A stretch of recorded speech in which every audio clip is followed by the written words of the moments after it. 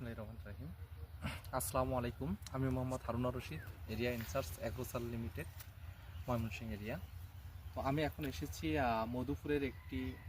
মধুপুর থানার একটি গ্রামে। তো এখানে আমি যে জিনিসটা দেখাইতে চাচ্ছি আপনাদেরকে, সেটা হচ্ছে যে বর্তমান আধুনিক পদ্ধতিতে সবজি চাষের জন্য যেভাবে মালচিং ইউজ হচ্ছে, তো সেই মালচিংয়ের বিপরীতে আমাদের বাংলা যে একটা নর্মাল পলিথিন পাওয়া যায় বাজারে, তো সেই কালো পলিথিনটা মাধ্যমে সবজি চাষ করলে এর রেজাল্টটা কীরকম আসে, ঠিক ওই রেজাল্টটা দেখানোর জন্যই আজকের এই ভিডিওটা করা, আপনাদের সাথে শেয়ার করা। তো প্রথমে দেখাইতে চাচ্ছি যে আমাদের মালচিং যেটা সবজি চাষের জন্য ইউজ হচ্ছে, তো সেই মালচিংটাও হলো একটা পলিথিন। তো উপরে থাকে সিলভার কালার, নিচে থাকে একটা কালো যে কালার। তো এটা হচ্ছে যে সূর্যের তাপকে নিয়ন্ত্রণ করে। তো এখন ওই পলিথিনের বিপরীত বাংলা যে একটা নর্মাল পলিথিন পাওয়া যায়, সেইটা দিয়ে সবজি চাষ করলে কী রকম হয় সেই জিনিসটা আমরা সরাসরি আপনাদেরকে দেখানোর জন্য এই ভিডিওটা করা।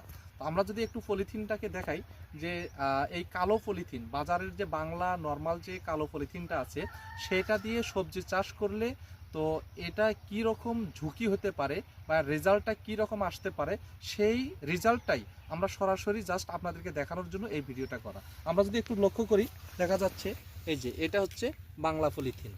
তো নর্মাল পলিথিন দেখেন, সবজিগুলো একেবারে পুরা প্রজেক্টটাই ধ্বংস। পুরাটাই দেখাই যদি আমরা এভাবে ওপর করে একটু নড়িয়ে দাঁড়ান, তো দেখান এদিকে পুরাটাই যদি দেখান যায় যে পুরা জমিটাই একটা যে এদের একটা যে বিশাল একটা যে ইনভেস্ট। আমরা যেটা জানি যে 45% জমি যদি মালচিং পদ্ধতিতে সবজি চাষ করা হয়, 45% জমি যদি মালচিং পদ্ধতিতে সবজি চাষ করা হয়, সেখানে প্রায় 1.5 লক্ষ টাকা খরচ হয়। তো এখানে যদি দেখা যাচ্ছে যে প্রায় কয়েক একর জমি সবজি চাষ করেছে, যদি 45% জমিতে যদি 1.5 লক্ষ টাকা খরচ হয়, তাহলে এখানে কতগুলো টাকা খরচ হয়ে গেছে। তো এখানে কিন্তু দেখা যাচ্ছে যে পুরো টাকাটাই এখানে লস। এখানে যা আছে সব কিছুই দেখা একেবারে শেষ হয়ে গেছে। এটার হওয়ার মতো কোনো অপশন নেই।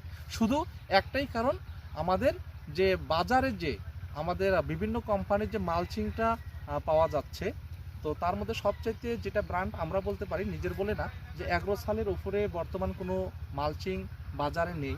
তো সেই মালচিংটার পরিবর্তে একমাত্র বাংলা পলিথিনে, যে নর্মাল পলিথিনে সবজি চাষ করলে এর ভয়াবহতা, এর রেজাল্টটা কী রকম আসতে পারে, সেটা আমরা একটু স্বচক্ষে দেখানোর জন্য এই ভিডিওটা করা। তো ধন্যবাদ সকলকে। যদি আমরা